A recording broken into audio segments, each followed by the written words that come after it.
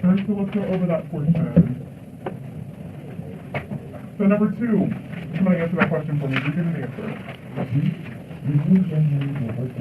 Yes, your. What do you mean? Your back to speak. Yeah, number 3.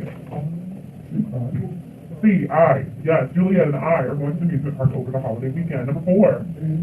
A, her. Oliver knew Ella wanted to try the cake, so he cut a slice with her. Number 5. B, himself. Number 6.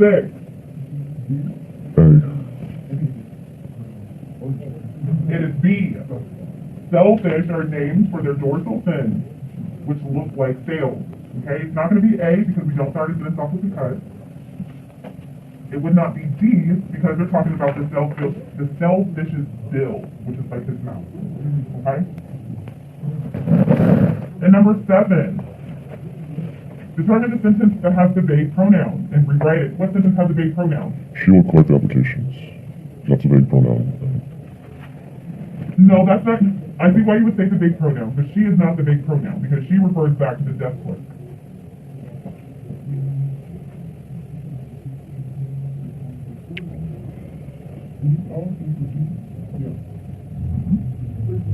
So it's in that last sentence. If the application has a survey at the end, you can leave it in this pile.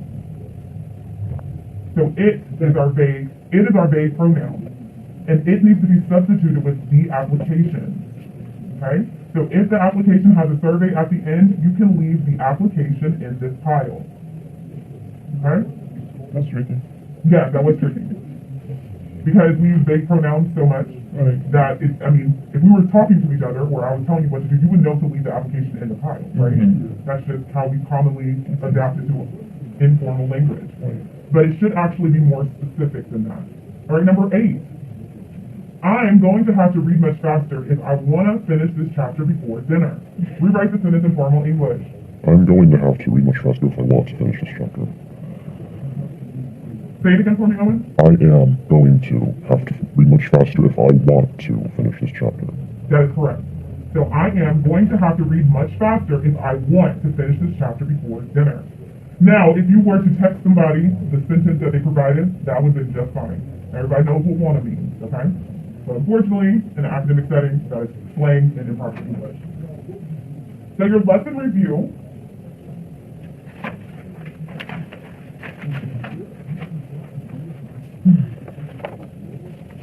Spend about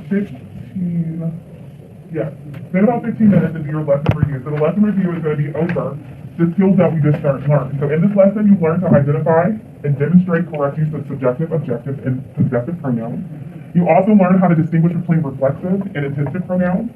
You learned how to identify and revise incorrect shifts in pronouns, number, and person. You also learned how to identify and revise vague pronouns and identify errors of the standard English and correctly use formal English. So go ahead and do your lesson review. It is 9 through 18, so it's 9 questions. Go ahead and do that, and then we'll move right into science after that. So take about 10-15 minutes to do your lesson review.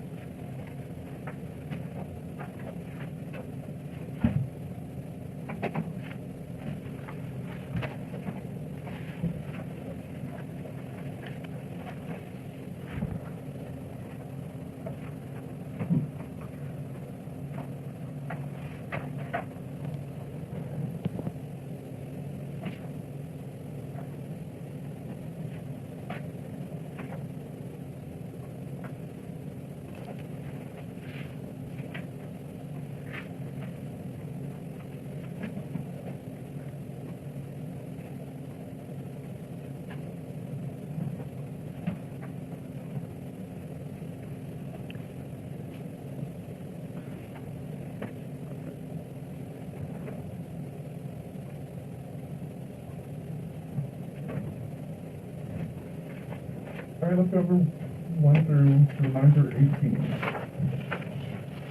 So number 9, somebody answer that for me. B? Not B.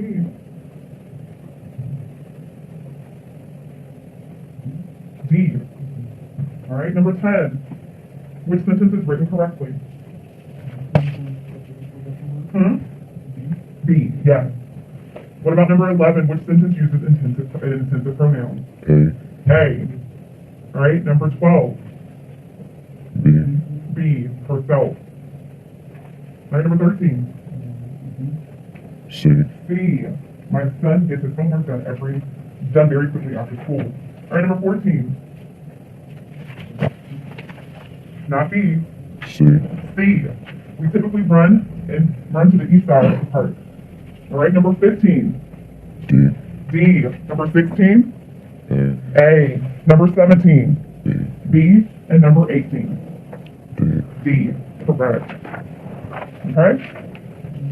That was just to warm us up, following some grammar rules.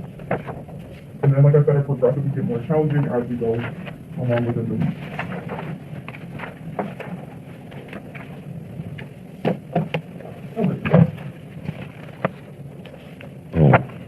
Science. Huh? You like science or no? Some of it. Well, it won't be too bad. So this science is more, because this is a reading class, we're more going to focus on reading comprehension. That's really all it is with science. We're not going to get too in-depth with a lot of stuff. It's just really basic and simple. So we're going to talk about matter today. So what is matter? What makes up the world? What makes up the world? It makes up everything. So everything in this world has some type of matter. Okay, we're made up of matter. So supermarkets usually have an entire aisle full of different kinds of cleaning products. There are cleaners for the kitchen, there are cleaners for the bathroom, there are cleaners for white laundry, and there are cleaners for colored laundry. Many of these cleaners contain the same few chemicals in different combinations. They work in similar ways to clean. It's interesting to look at some basic ideas about matter, using cleaning products and processes as examples. In this lesson describes the type of matter in some common cleaning products. Think about the different kinds of cleaning products in your home. List some household cleaning products that your family uses. So what are some things that your family uses to clean with in the house? Mop stuff like. Ajax, what type of mopping stuff do y'all use? Like you pour it in the mop bucket and you put water in. Yep. So Pine Sol, Fabuloso, Mr. Clean. What else do we use? Tide. What about Dawn for the dishes? Window cleaner. Windex, window cleaner, bleach. Say again? Palmolive? Yeah, Palmolive. We also use the little, for the dishwasher, you put the little pods in, the liquid or the powder, right? So these are all different kind of cleaning products. Are there any cleaning products that we dilute with water before we use them? Well, the mop stuff. The mop. So whenever you're making mop water, you put water in it to dilute whatever bleach or Pine Sol you're using, right? Is there anything else that we dilute before we put it in our house or put it on the surface of anything? Bleach. So sometimes we might put a little water in the bleach, we might do half and half. So it's not as strong, right? Yes, vinegar too. So these are different reasons why we might dilute our product. So in this chapter, we're going to be previewing tables. Tables organize information into rows and columns. Tables usually have a title and a heading. The title tells you the general topic of the table. The headings tell you the kind of information in each column of the table. Skim the table on 163. So go ahead and turn to 163. What is the topic of this table? Forms of matter. Forms of matter. And what are the kinds of information does each column contain? Different types of matter. Mixtures, compounds, and elements. Yes. Okay?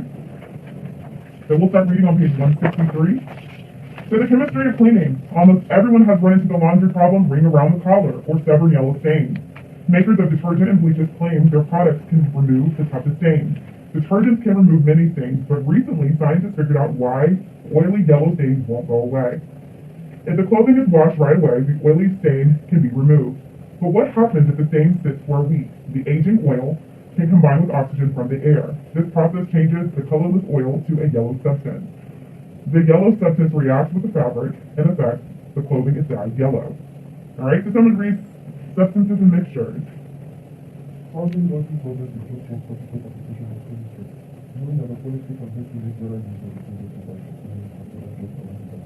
Everything is made up of matter. Matter can be divided into pieces. All the matter is the mixture is the condition of two or more substances that can be separated by physical units. There are two kinds of substances, An element is a substance that cannot be broken into other substances ordinarily. Two or more elements can combine chemically to form a compound. Another type of substance, the smallest unit of an element is an atom. The smallest unit of a compound is a molecule. Each molecule is a compound. The compound is made up of atoms from each of the elements in the compound. Alright, so chemical symbols and formulas. When they write about matter and its changes, chemists use a kind of code. A chemical symbol of one or two letters stands for each element. The symbol of some common elements are shown in the table on this page. When elements combine to form a compound, the symbols are grouped together in a chemical formula. For example, H2O is the chemical formula for water. The formula shows that the elements hydrogen and oxygen make up the compound water. A formula also shows that there are 2 atoms of hydrogen for each of each oxygen in the compound. Another chemical formula is Nh3, which is the formula for ammonia. So understanding chemical formulas can tell you a great deal if you know how to code them. They tell what elements are in the compound. Formulas also show how many atoms of each element make up each molecule of the compound. For example, the formula of sugar is C12H22O11.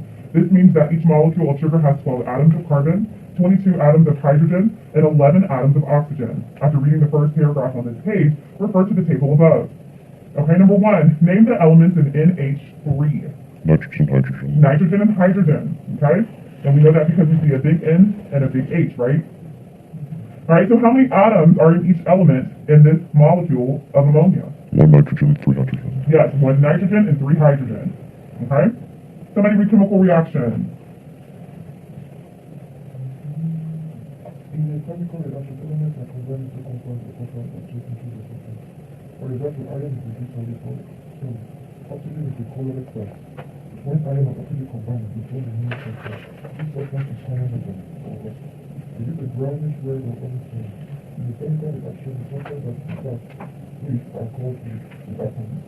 In this example, iron and oxygen are reactants. The substances that result from the reaction are called the products. In this example, this is one product iron and gas. By using this equation to describe the reaction, the chemical equation shows the atoms and products of the reaction. This equation shows how loss from iron to oxygen equals to iron. Both things are hard to remove from fluid. However, you can remove the things if you reverse the chemical reaction. The active lemon juice without is what to form a yellow soluble iron compound. When you make the first thing, iron was used. Another example of the chemical reaction is the effect of heating and cooling. The formula for flavor heat is NH3OL. We know that this compound full of salt and oxygen. The release of acidic acid is whitening of the planet. Once the white liquid is further consists of oxygen, one source of hydrogen peroxide, H2O2, another source of calcium carbonate, CaCO3. Okay? So understanding chemistry root suffixes and prefixes. The name of the compound tells you what is in it. The root name of the elements are in the name of the compound. For example, table salt, NaCl, is called sodium chloride. It contains sodium, Na, and chlorine, Cl. But why is it called sodium chloride and not sodium chlorine? When the suffix I is added to the end of the root name of the second element of the compound, it has a special meaning. It means that the compound consists of just 2 elements. Another special suffix in chemistry is ate. For example, calcium carbonate is CaCO3. The suffix ate is used when the second element of the compound has an element oxygen with it. So number 1, what elements are in the compound barium chloride? Circle the letters of each correct answer. So what's in barium chloride? A and C. A and C, barium and chlorine, okay? And what elements are in the compound calcium chloride, I'm sorry. Calcium and chlorine. Calcium, BSC, chlorine, Oxygen. and D. So B, C, and D. We have calcium, chlorine, and oxygen. Remember 8 lets us know that there's oxygen in there. Okay. So the prefixes are used when one or more compounds can be made from the same element. For example, CO and CO2 are both made from carbon and oxygen. Prefixes are used to distinguish the 2 compounds. So CO is carbon monoxide. Mono means one, and it tells you that there is one atom of oxygen in each molecule of carbon monoxide. CO2 is carbon dioxide. Di means two, and it tells you that there are two atoms of oxygen in each molecule of carbon dioxide. Some common prefixes are shown in the table to the right. So number 3, how many chlorine atoms are in the compound carbon tetrachloride? 4, because tetra means 4. Number 3, what is the name of the compound that has 1 aluminum atom and 3 oxygen atoms? C. Aluminum trioxide. Yes, C, aluminum trioxide. Okay? So take about 15 minutes to finish your work thinking about the article on page 166 and also completing 167. Bless you.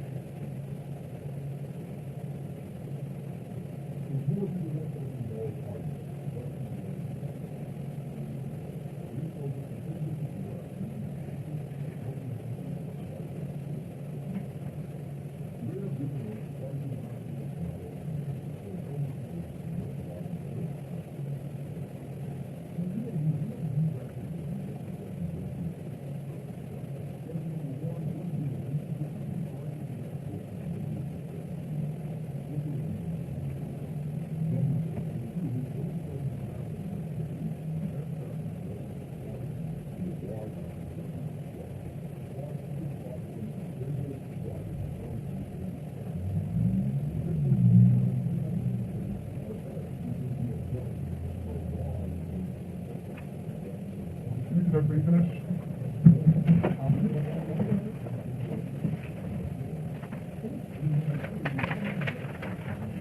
Alright, so a blank, such as iron, oxygen, is a pure substance that cannot be broken down into other substances by ordinary means. What's that, number one? Not substance, element. Number two, salad dressing is a blank, a combination of two or more kinds of matter that can be separated by physical means. Mixture. When elements or compounds change into one or more different substances, a blank takes place. Chemical reaction. Number four, all the matter in a blank is the same. Substance. The smallest particle of an element is an atom. Number six, the elements sodium and chlorine combine chemically to form a blank commonly called table salt compound. All right, number seven, the chemical symbol for the element calcium is Ca. B, Ca. All right, number eight, the chemical formula for the compound called chlorine bleach is A, NaOCl. Number nine, chemists show the reactants and the products in a chemical reaction by writing A, B, a chemical equation. All right, number 10, which two elements combine to form rust? Oxygen, iron. Oxygen and iron, A. Number 11, the products of a chemical reaction have B, different characteristics than the reactant. All right, number 12, which of the following elements is hydrogen peroxide? B, hydrogen and oxygen. What is the name of the compound MgS? Magnesium sulfide. Yes, B, magnesium sulfide. So remember, anytime it has just two elements, it's just going to be the I instead of the actual sulfur. Okay? Say that one more time. So anytime it's just two compounds, or two elements to make one compound, you put I at the end of the second element. Okay? Number 14, the compound calcium carbonate has an element calcium and carbon. The suffix -ate tells you that the compound contains which element? Oxygen. C, oxygen. Yes, anytime you see -ate, it has oxygen in it. So an auto body is made mostly of steel, which contains iron. Paint protects these steel parts from rusting. If the paint wears away, the auto body may start to rust. How does painting the steel help prevent it from rusting? It blocks the oxygen from reaching out. Yes, the paint blocks the oxygen from the steel. So it's almost like a barrier between the oxygen and the steel. Okay?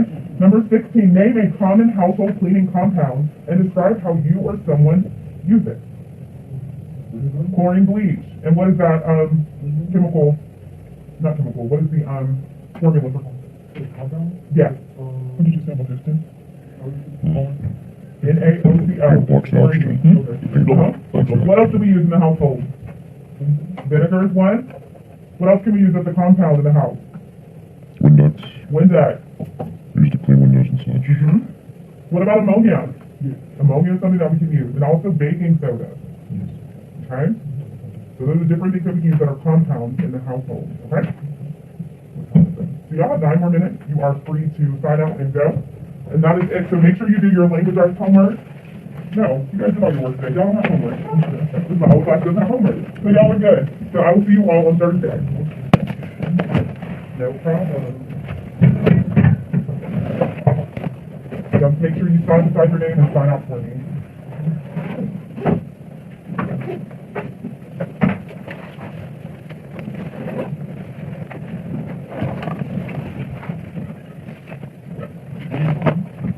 Bye, you have a great afternoon. Oh, so you're not having that. See? Okay. Good.